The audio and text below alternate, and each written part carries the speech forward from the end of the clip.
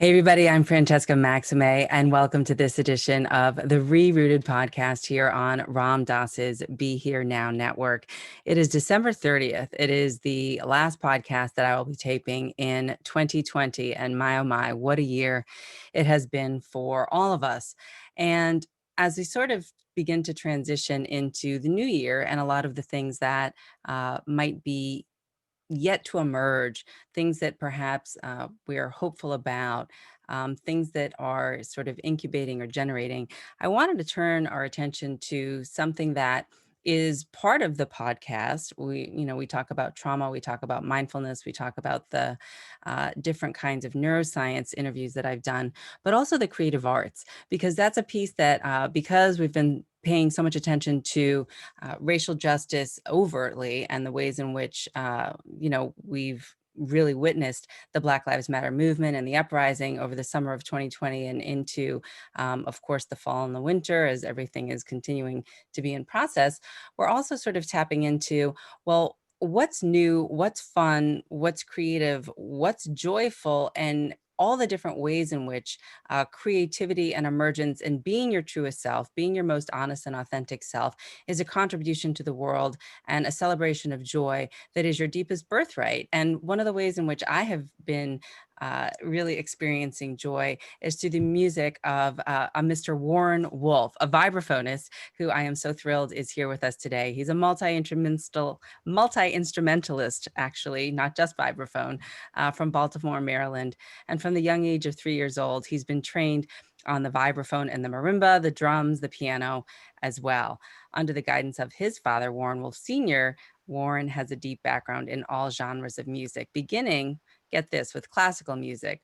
He studied composers like Bach, Beethoven, Mozart, Paganini. Oh my goodness, I haven't heard some of these names in a long time. Charlie Parker, Miles Davis, Duke Ellington, and the jazz era, and Weather Report, Wynton Marsalis, and a lot more. He studied at Berkeley, the Peabody Preparatory School for 8 years. And I could go on and on about the folks that Warren has worked with and the kinds of albums that he's put out, including Christmas Vibes, which just came out in the winter of 2020. The song that you listen to when you hear the introduction to ReRooted is Warren's song. Warren wrote that. It's called Gang Gang. And I am thrilled that he is here with us tonight to celebrate joy and music and your creative spirit. Hi, Warren. Hello, what's happening? I can't believe this is like happening already because we just chatted and like, here you are. One of the things during this pandemic that has been so difficult for us all is we can't go anywhere or do anything. And one of the things that I loved is that these live stream concerts started popping up on my feeds for things like, all the places where I normally would go and listen to live music in New York because it's so rich. We have so many beautiful venues, whether it's Smalls or the Blue Note or the Village Vanguard or whomever it is, and we can go. And when I started to see that there were live stream concerts, I was thrilled. And many of them that I have been enjoying lately have been from you, even in Baltimore, because I can listen to them from wherever. But I think the one I caught first this year was with Emmet Cohen at Emmet's place. And so in any case, I just want to say thank you for brightening at least this girl's winter here in 2020 and keep it the spirit alive with your music. No problem. It's been an honor to continue to play during this pandemic. It's very important for me to continue to play to give people some type of normalcy, to keep the music going. I know a lot of friends who have used this time in multiple ways to just take time off to relax. Other friends have said, "I'm just not going to play because I'm nervous." I've just kept going. I just said, okay, I might not be able to travel, like getting on an airplane or a train somewhere, but I'm just going to continue to make things happen from my hometown of Baltimore. And it's been an awesome, well, I can't say awesome, but it's been a really good year. 2020 has been still very productive and busy for me. I love that. You almost caught yourself like, oh no, I can't say it's been a good year, but you can say that. I mean, I don't, not that you need permission from me, but I love hearing that it's been productive and joyful for you. Tell me what's been great about it for you. Well, when everything first happened, back in March. I remember I was on the road. I was in Oakland, California, with a wonderful vocalist named Cecile McLaurin Salvant, and Yes, I've heard her. yeah. So we recently last year recorded this new piece that's coming out. It's called the Ogress.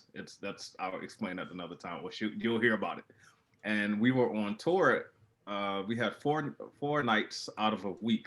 It's a big ensemble, and I remember the first night we were at University of California in Davis, California. We managed to get that performance, and by this time, the pandemic wasn't really that big yet, but it was really like coming. Mm. So we were on stage in Oakland, California at the Paramount Theater. And Mm. while we were sound checking, the general manager of the band on stage and said, "Hey guys, I'm sorry, this show isn't happening tonight." We were like, "Wow." So from there, we had a show in Los Angeles at Walt Disney Hall, canceled. Stanford University, canceled. So I went home. I just said, okay, it's time to go home. So I went home and I just started practicing. My mindset was more like, this will last like 2 or 3 weeks. Easy breezy. We'll be back on the road soon. But slowly but surely, I just kept getting emails, just like everybody else.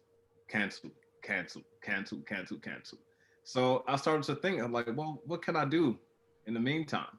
If all of these things are canceled, and I'm really good friends with two guys here in Baltimore. One guy, his name is Henry Wong. He runs a venue here in Baltimore called Andy Music, and Mm. I've been playing there many times. I would say in my lifetime, I've had to at least perform there at least 80 times at least. Yeah. And, he was the very first person in Baltimore to start live stream shows from his venue, and I was the first artist. He said, "Well, you want to Nice. do something?" I said, "Sure." And because actually my whole thing was I just wanted to, again, like I said in the beginning, I wanted to just go on camera and just play for people, and Mm. I wanted to do it in a particular venue because my wife said, nobody's coming over our house. So Yeah. I called Henry, and that's when he said, "Well, Warren, let's just try to do it right. Let's make a live stream." So from Andy Music to a brand new club that just started in Baltimore last year. It's the Keystone Corn in Baltimore, which is founded by NEA jazz master Todd Barkin. So between the two venues, I've just been bouncing back and forth pretty much on a weekly basis um, for the past, well, since March almost. Yeah. Also, during that time, I'll say 2 weeks after the shutdown happened here in Maryland, that's when I recorded the new CD, The Christmas Vibes, Mm. which came out.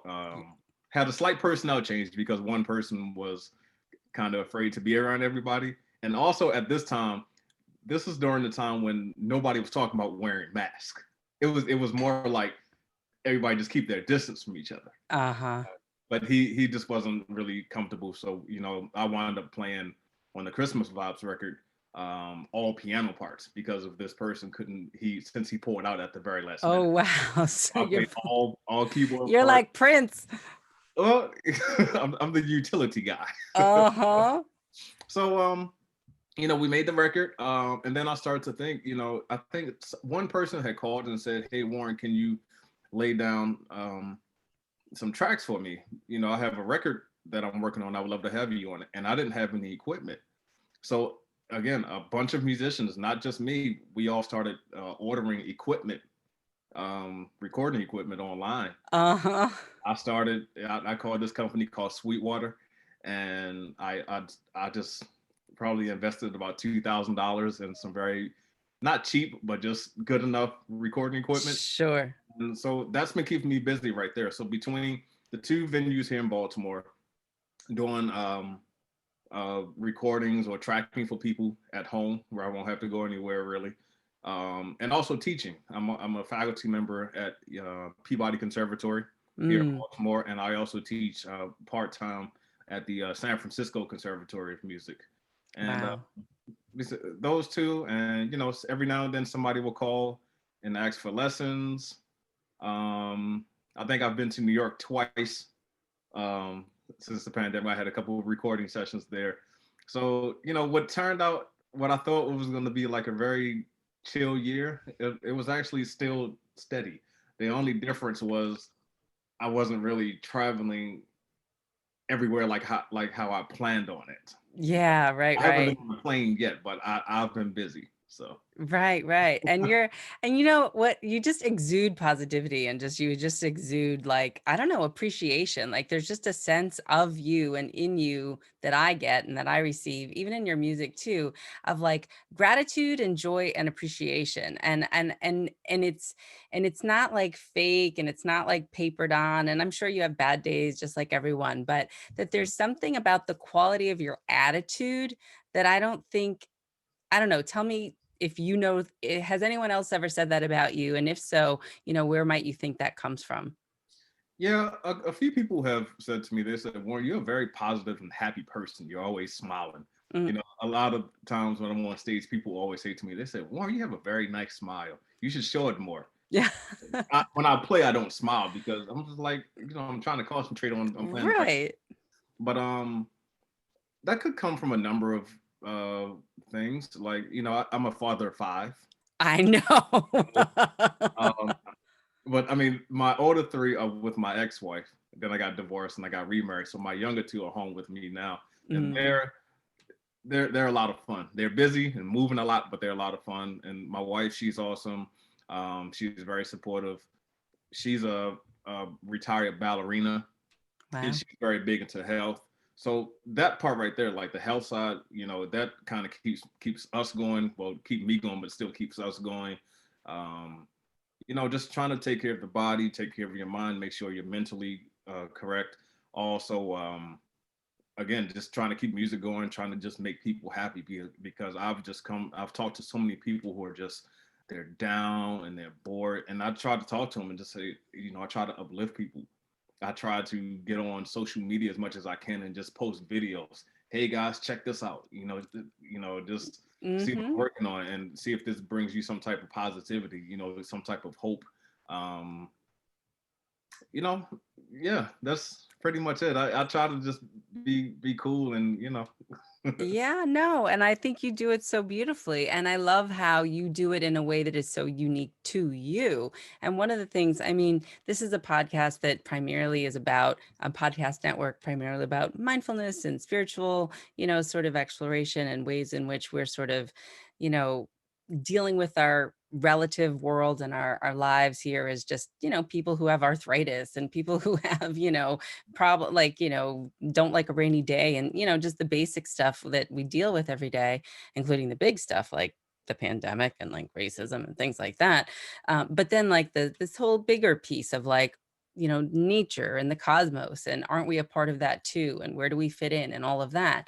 And one of the things that we talk about with mindfulness practices or any Buddhist practice or any kind of practice really is that it's sort of often both something that's deeply profound and insightful at a certain point in time, like a big bang, like at a big aha moment that someone can have, or it can also be that cultivation of like, okay, now we're learning the Mixolydian scales. Now we're learning the arpeggios. Now we're learning and it's just sort of like, okay, we're gradually climbing. We're gradually putting one foot in front of the other, and that it's a practice. And so I see a lot of parallels with musicians like yourself and mindfulness and just sort of spiritual practices. And I don't know if that's something that you've ever thought about, or if you see yourself as a spiritual person, or if your musicianship is at all part of a spiritual life that you have, or would you categorize it that way at all, or somehow differently? Um, I've never really thought about that, but if I had to really think, maybe it is a tad bit spiritual. Some of the music that I may create, that I compose, it definitely has some type of spirituality in it. Um, yeah, I mean, I guess I kind of just write from the heart. Well, that is what I guess I'm saying, is that I think that there's a beautiful piece there, writing from the heart. When you're writing from the heart, are you feeling as though perhaps you're inspired and something is coming through you and moving through you, and then from that you then put it on the page? Definitely. So the majority of my compositions, again, they come from the heart, but they're, at least nowadays, these days, I'm writing for people or a particular event or something that has happened. A number of my songs are based on that. Like for instance, the tune "Gang Gang." Mm-hmm. The one for the podcast. That's right. So should I talk about that one? Yeah, please do. I mean, it's a 7-minute song. I could play it in the middle of the podcast, but it's a long one.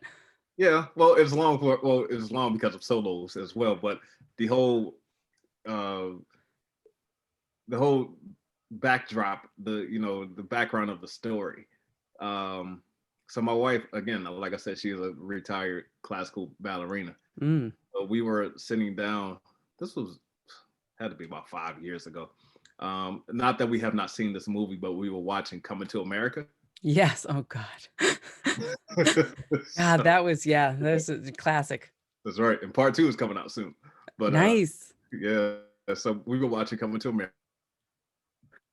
And for those who have seen the movie and those who have not seen the movie, Eddie Murphy's character Akeem was about to get married, and right before, well, not the marriage part, like when he first met his bride. Anyway, they had this strong like tribal dance scene going on, kind of like an African rhythm. Mm-hmm. 1 2 whatever. And my wife, we were watching that. She said, "Look at all that gang gang." And I looked at her. I said, "What are you talking about?" She said, that style of dancing, we in the classical world, we don't do that." And I started thinking. I said, "Okay, let me see.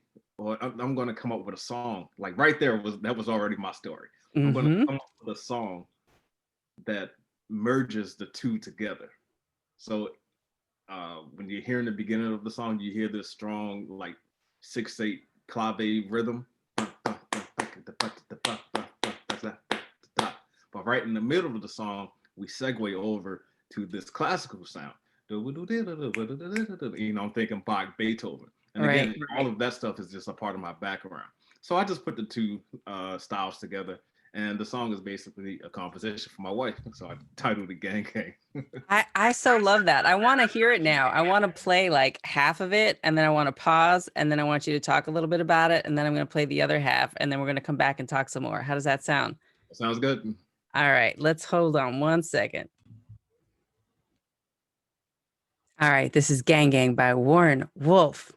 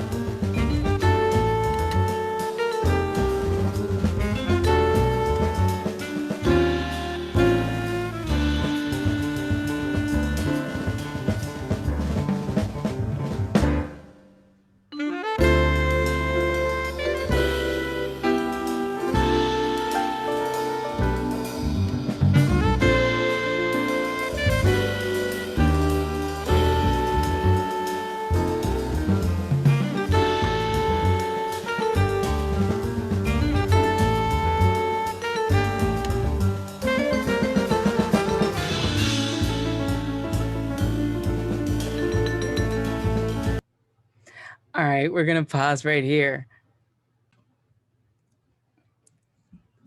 All right, now we're picking it up again with the conversation. We're just pausing right there because we're shifting from the gang gang piece to more the classical piece. Yep. Mm-hmm. And tell me what it's like to have trained in this classical world and then be sort of in a pop world in many ways, a jazz pop world. Growing up, I honestly thought that I was going to be a classical musician. I was like really good at playing classical music. I was in this group, I remember, at Peabody called the Peabody Sinfonia. And they actually gave me one of my first couple of tours. And I was the lead percussion, the lead timpanist. I played timpani in this group. I remember we had a 2 week tour of London, and I know we had another 2 week tour of Amsterdam. So Mm-hmm. actually, my first tours in life were all classical. So I had those two, and then when I was a kid, I went on tour with the Baltimore Symphony with playing this piece called the Pied Piper Fantasy with flautist James Galway. So my classical upbringing was awesome. I think, um, well, not that I think, the thing that I love about classical music, it gives you such a command of your instrument. Um, it teaches you how to read really well, to play with technique, um, control, facility, all those good things. Yeah. Everything that I learned from classical music, I just switched it over to jazz. Well, you know what I love about this is as you're speaking and I'm hearing you say that again, with the context of the way that this podcast is, we're talking about things like mindfulness practices. And there's a thing called concentration practice, which is more of a discipline practice where you use something called like virya energy, more around the idea of like, no, I'm really just going to keep sticking with this thing that I need to do because even though it's not like my most fun favorite thing out there, it helps me get to a place of what you just said, which I think you called it. I don't know, you said foundational. What was the word that you used about, Facility, huh? facility, A facility, like, yeah, that there's a foundational facility that you get for a mastery, if you will, if you can, and, you know, work from that classical base and then incorporate the jazz, which is more, what we might consider something like open awareness practice or something, or the being in the moment kind of a thing. Because when you're doing your improvisations in those um, jazz, you know, songs, I mean, I think that there's something else at work there besides just you, but you needed the mastery to get there. definitely. One thing my dad said, in any skill in life, whatever you choose to do, he always said that you need 15,000 hours worth of practice. He added 5 because they Oh, said 10. 10,000. Oh, well, Eh, he definitely gave me 15,000. I love it. Tell me more. So I started playing at the young age of 3. And since we're talking about, having that mind, to master things, Hmm. um, I look at my own children. I'm just like, wow. And my daughter is 4, my youngest child, and I'm thinking, I can't even imagine keeping my daughter in the basement. I mean, our basement was cool, but I couldn't imagine. I can't imagine telling my daughter to come down here in the basement for 90 minutes to hold your concentration to perform well on 3 different instruments, Wow. which is what my father did for me or to me. Either way Wow. you want to put it, a 2 or 4 me at the age of 3. 30 minutes on mallets, instruments, vibes, marimba, another 30 minutes on the keyboards, and another 30 minutes on drums. That lasted 5 days per week until the age, well, from the age of 3 up until 17. Wow. And Wow. summer times it doubled because I grew up in a crazy neighborhood, and then also Saturdays I was taking lessons at Peabody Preparatory. So Mm. again, 6 days of training from the age of 3 up until 17. That's a lot of hours. That's a lot of hours. I mean, you know, that would be like the equivalent of, they pick the Dalai Lama and they sort of, you're the one, Yeah, yeah. and I mean, there's training, there's deep, deep, deep training there, right? And Mm-hmm. and I don't, and you pretty much had, your basement was the monastery in a way, you know what I mean? Like when you're with a lot of these folks, they'll go and study with a teacher somewhere, or an abbot or whatnot in India or Tibet or something, and they'll practice for 12, 14, 16 hours a day. And it sounds like that, was your basement was that, and your dad was your teacher. Yeah, it was like our sanctuary. Hmm. So yeah, and tell me, you just said I had a crazy neighborhood. This is what my dad and I did together. This is what he made me do, or did to me, or did for me. Which one was it? Did you have a feeling of it being done to you, or was it really done for you or with you? Overall, it was done for me. As a young child, I'm thinking you're doing something to me because again, the neighborhood was crazy. I've seen a lot of stuff coming up in living in the the inner city. Mm. Um, but I didn't realize until I got older. Okay, my dad is just trying to keep me on a guided path, a path to success. When a lot of my friends that I grew up with, they didn't have that. Mm, I have two older sisters. They were cool, but it's just the other people in my neighborhood. I mean, don't get me wrong. I went out and hung with those guys too. But my dad gave me um, a career path. I'm trying right. to think of another word, but he gave me a career path at an early age. So at a young age, I'm thinking this is like punishment. Why are you keeping me down here every day for 90 minutes to practice? I'd rather be playing with toys outside with my friends all the time. And I did that, but it was just okay. There's a certain time where we're going to practice. And my dad Right. is very militant because he is a Vietnam veteran. So, Mm. you know, I had no choice but to do it. But eventually, once you started doing something, you become good at it. And I started to really enjoy it. I think around the time when I was 11 or 12, that's when I was like, okay, let's do it for real. Yeah, let's do it for real. I'm just loving learning more about this because I think there is something to that uh, discipline that is not particularly fun or choiceful, but when you kind of get it down to a certain point and you have a certain sense of mastery, then like when you were 12 in your case, then the fun can begin because then you can see what all of it was for, Yeah. right? It's like now I'm flexible. I can be Gumby, Hmm. I'm not a stick figure anymore. Definitely. No, just very fun times coming up. Once I hit 12 and beyond, you know, um, it was just soaking up influence from everybody as much as I can. Like other musicians that you're working with or teaching are Um, teaching with you, influence from whom? other other teachers. I mean, my dad was a history teacher. He was not a professional musician. He taught United States and world history in schools. He just Wow. loved playing. But from him again, classmates, um, just listening to recordings, listening to music, and everything wasn't just based around jazz. Just listening to just popular music. Again, even with my two older sisters, I used to listen to the things that they would play around the house. Like what?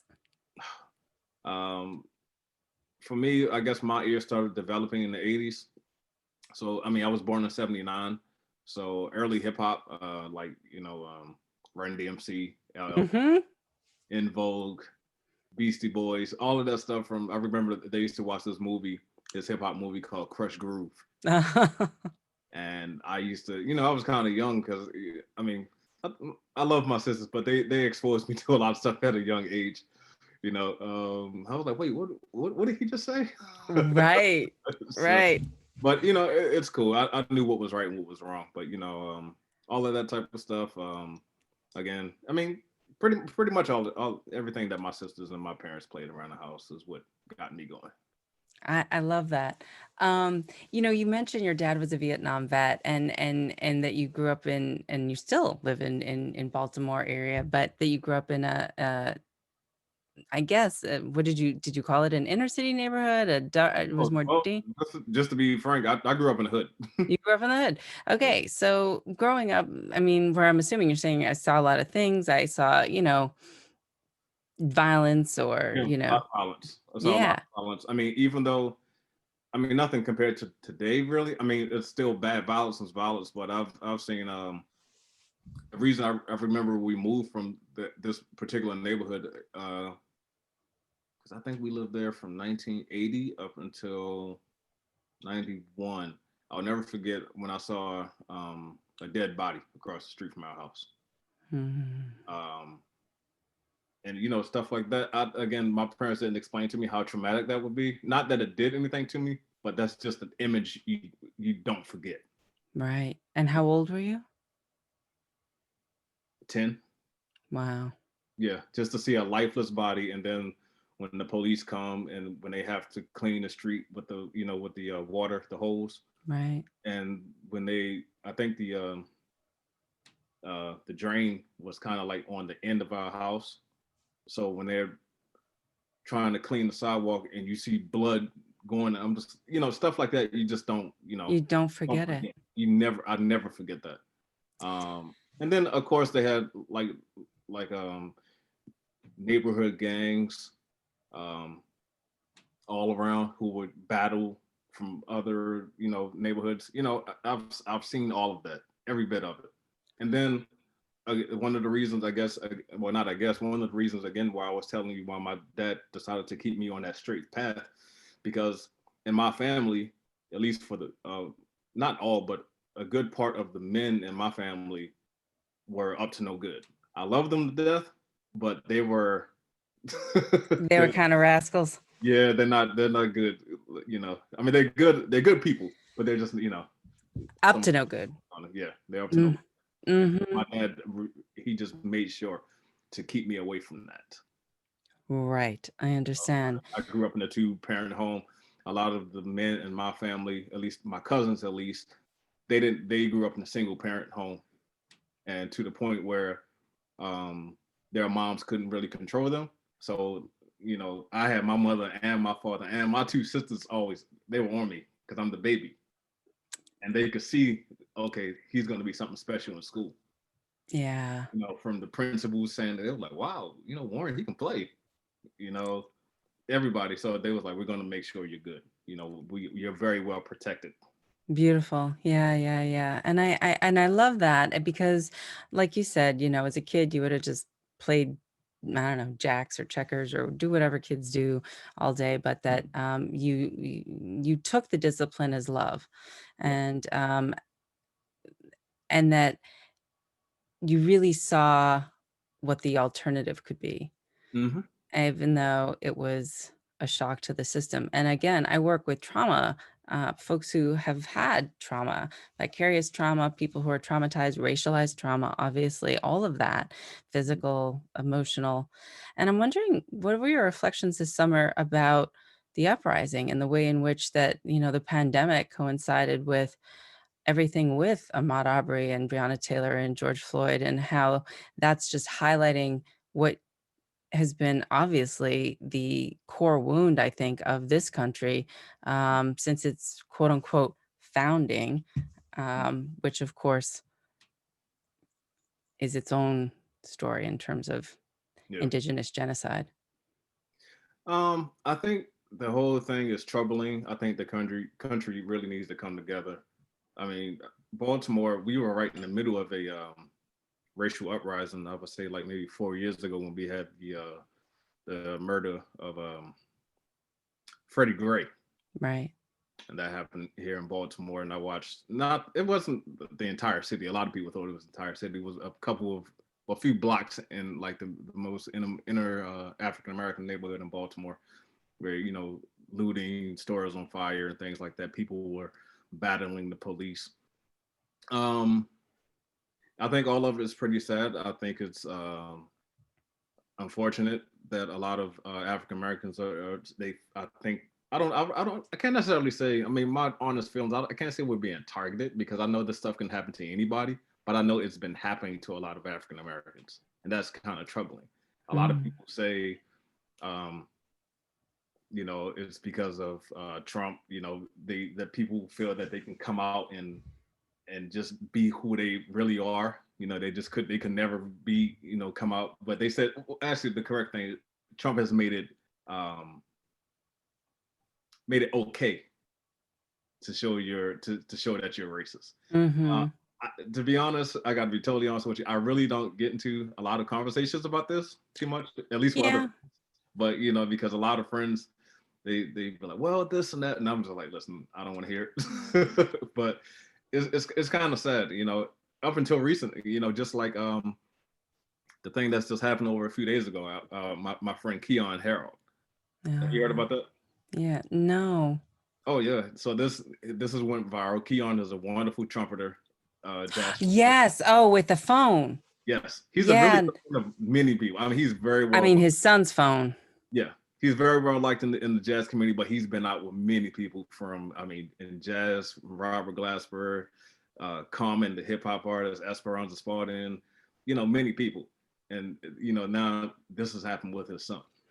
Just for those listeners and viewers who haven't been familiar with it, Tian Harold was in a hotel that apparently a woman was not checked in at, but had stayed at, from what I understand, and was convinced that his son's phone was her phone.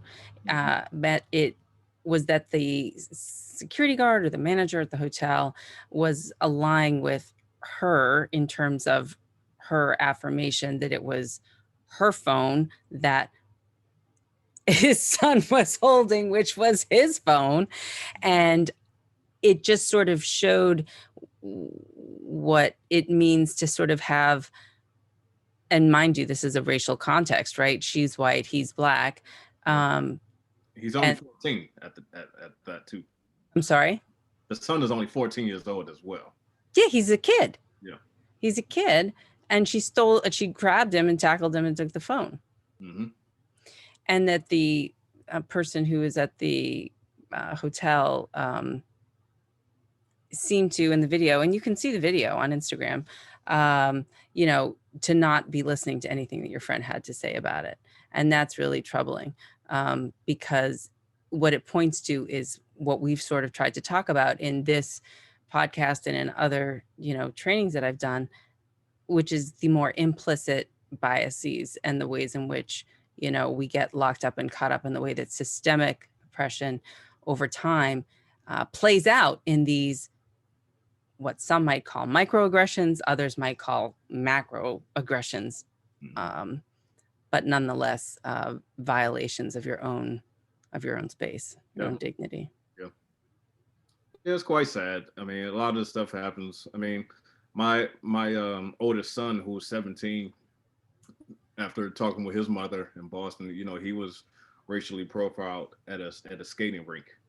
He's one of the better skaters. Like this boy can skate his butt off, tricks and everything. But the manager of the skating rink refused to let him in because he's kind of better than everybody. So she banned him from the skating rink. I'm just like, what was that about? So, wow.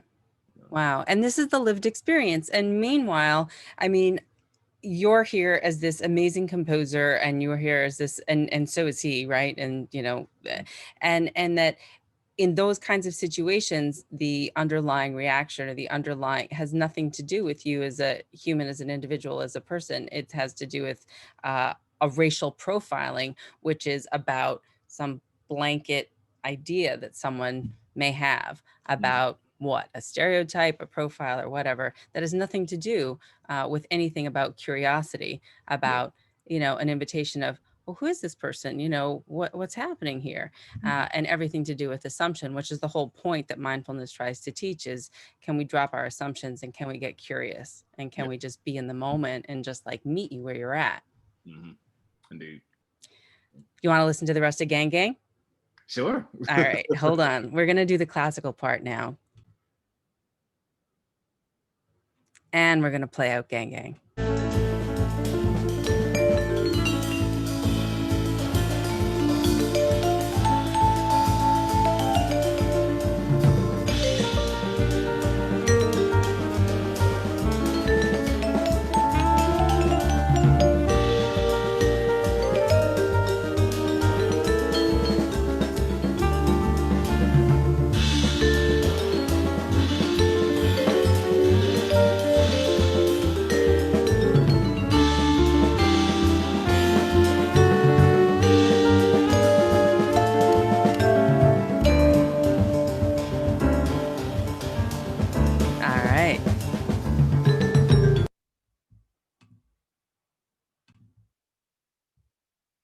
All right, what was happening there? We had the classical interlude. Yep. So right when we stopped right there, that was the beginning of the solo section. But there was that one section that we heard. It was just really lush in classical. You heard a lot of motifs if you listen from the piano. You don't really hear a lot of jazz improvisation that's going on between myself or the saxophonist, who is Steve Wilson on this recording. When I was in the studio with the guys, I just asked them, well, the piano player had a specific part that he had to play. As far as myself and Steve, I asked him, I said, just play counterpoint with me, which is, just basic interplay between us. Carl Allen, the drummer, I asked him to just play a lot of cymbals and sounds and splashes. And Christian McBride on bass, the leader of the session, he's just kind of pulsing on one particular note. Mm-hmm. All right. You want to keep it going? Yeah, sure. All right.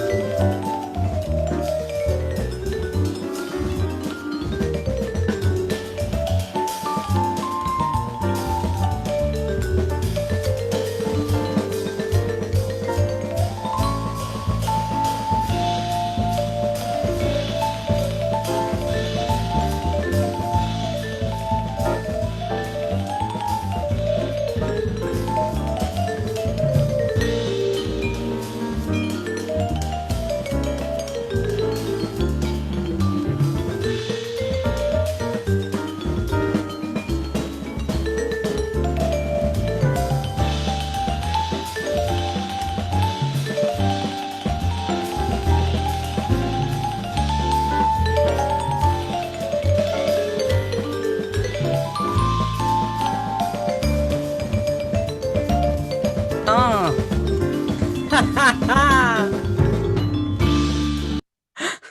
I couldn't help myself. I just could not.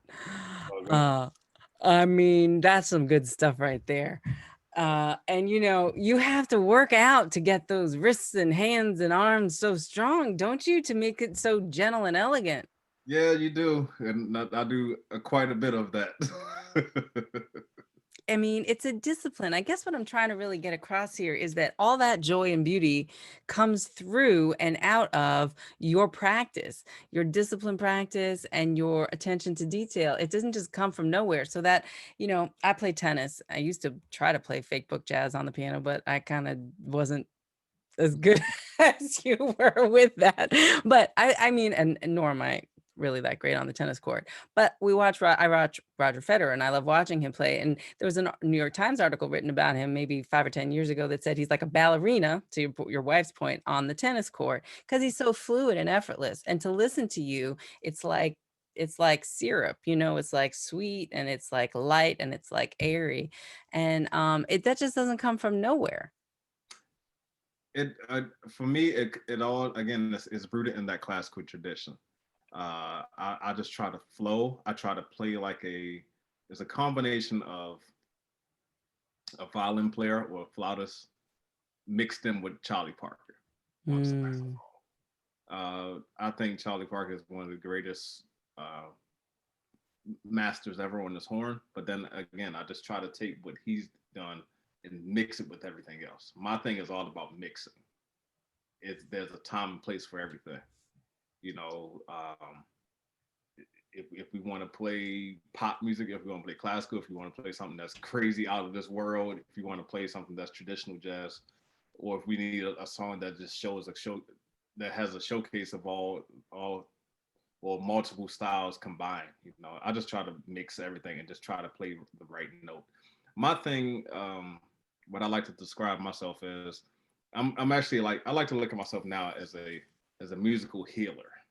A musical healer. I love that. Musical healer. Definition of a musical healer. So we have many people who go to work, they work a regular 9 to 5 job, and then when they come home, they want to release from the day, stressful, non-stressful, whatever. They just want to take their mind off of what happened during the day. So they want to come and hear some music. Our jobs as musicians are to entertain them, take their minds away from that. Mm. Me personally, my message to anybody who comes to see my show or purchase any of my music is for you to get a sense of relief and comfort from hearing what I have to say to you. Beautiful. And I look at myself. Yes, I know I'm a musician, but I'm more of a healer. I just want to make people feel good. It's funny. Some of the record company, whenever I come up with a new record, they always ask that question. So, what's the concept? I was like, make people feel good. Yeah, I I mean, love that. it's going to have a slight, okay, it's based on this, but at the same time, every song is built to make you feel good. And you do that. And it's so interesting to hear you call yourself that, because that's what I feel on the other side of it. It's not, I, I can't not feel joyful when I'm hearing you play or watching you play or even speaking with you now. And so that idea of healing, that idea of offering that idea of, again, it's a mindfulness principle of generosity, Mhm. is a really, that you have a generous spirit and a generous heart. And you said the music comes from the heart and comes through you, but comes through all your practice. And so I think I just want to like highlight that before we get to the live version of the song that you wrote for your mom that I want you to introduce to, before we kind of close out our time together today, which is just that, you know, these principles of spiritual principles or mindfulness principles or Buddhist principles or any principles rooted in ethics and discipline, because it's not just about mindfulness, it's about the integration of, if we can establish a baseline of, you know, what you called the I keep losing the word from the classical, What's that? basically the mastery that you get from just being able to do what you need to do and learn what you need to learn from the classical music, the concentration that you get from that enables you to then be in a place where you can be more improvisational and free, and then be more generous. And I think Mhm. that it's the same quality that we find in a lot of, at least I found in a lot of really deep spiritual teachers, where in their presence you just feel space, Yeah. you just feel cared for, loved, unjudged, perhaps, Hmm. um, and that there's room for allowing. And I think that the way in which you've cultivated all of your musicality and your discipline, it makes space for that, and does really have these beautiful, generous offerings for others. So I just want to say thank you. Oh no, thank you very much. I appreciate that. Yeah, no, it's I love that, a musical healer, because there are healers in every form. And I would invite any of our listeners or viewers to just see if we can view our lives as art, as living art, view our lives in the way that we treat others as a discipline. And as a generosity of spirit and generosity of heart. So you have your song that you wrote for your mother. So maybe we'll close out on that, and you're going to play it for us live. Yeah. So just a quick introduction. The name of this tune is called Simply For Ma. This is off of my record Reincarnation that came out in January of this year. And I lost my mother about 4 years ago. And she retired early from her job. And Mm. she was trying to figure out like, well, now I'm retired, what am I going to do? So my dad figured, he like, well, let me just start giving her keyboard lessons, which is something that she always wanted. So for about 2 or 3 years, right up until her death, um, they would sit at my dad's studio and just play all of these songs like from the Motown era. Mm. And she would play them on piano, not the melody, but she would just play like the chords. And Uh-huh. my mom got really good um, playing piano, honestly, within 2 years. I mean, far better than what I did. And I can honestly say that. That's Uh, amazing. so when she passed, I remember I wrote this song that same week, because that same week I had a show at Jazz at Lincoln Center. And my band members, they said, Warren, are you going to still make the show? And I thought about it and I said, yeah, I'm going to do it. You know, my mom will want me to do it. So I remember that same night when she passed away, I sat at the keyboard and I was just sitting down crying and I was playing piano and this melody came up and I just kind of sat up and I wiped the tears. I said, wow, this sounds kind of cool. Something upbeat. Instead of writing something all sad and gloomy, I'm going to write something that she liked to do. So this song, again, for my, it's a kind of like you'll hear like a tambourine going. It brings back that whole Motown feel. It's just Mm-hmm. basically a tribute of something that she likes, something that's very upbeat, very happy, and yeah, if she were alive, she would definitely love it. I could see her now. She'd be like, "Boy, this sounds great." Exactly how she would talk to me if she heard it. So, Well, I love that. So let's dedicate this for Ma, to her, and to everyone who's lost anyone really in 2020. It's been a challenging year for everyone, and to the honor and the spirit of your mom, the joyful Motown spirit.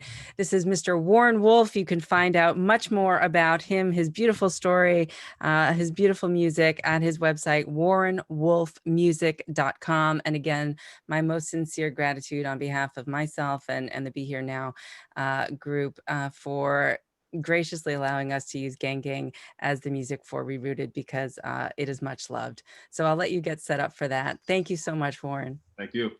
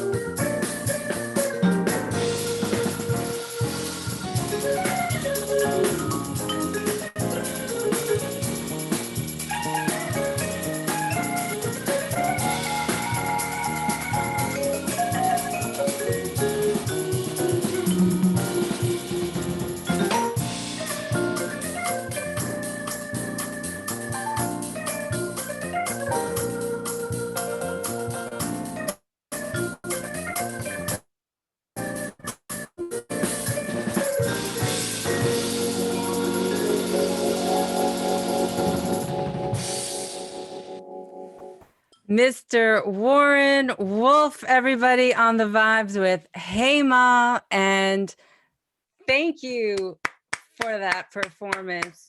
We love it. Thank you so much. Thank you. It's amazing. Thank you for joining us on ReRooted, and we will check you out. WarrenWolf.com, everybody. Happy 2021. So much. I appreciate it. All right. Bye now.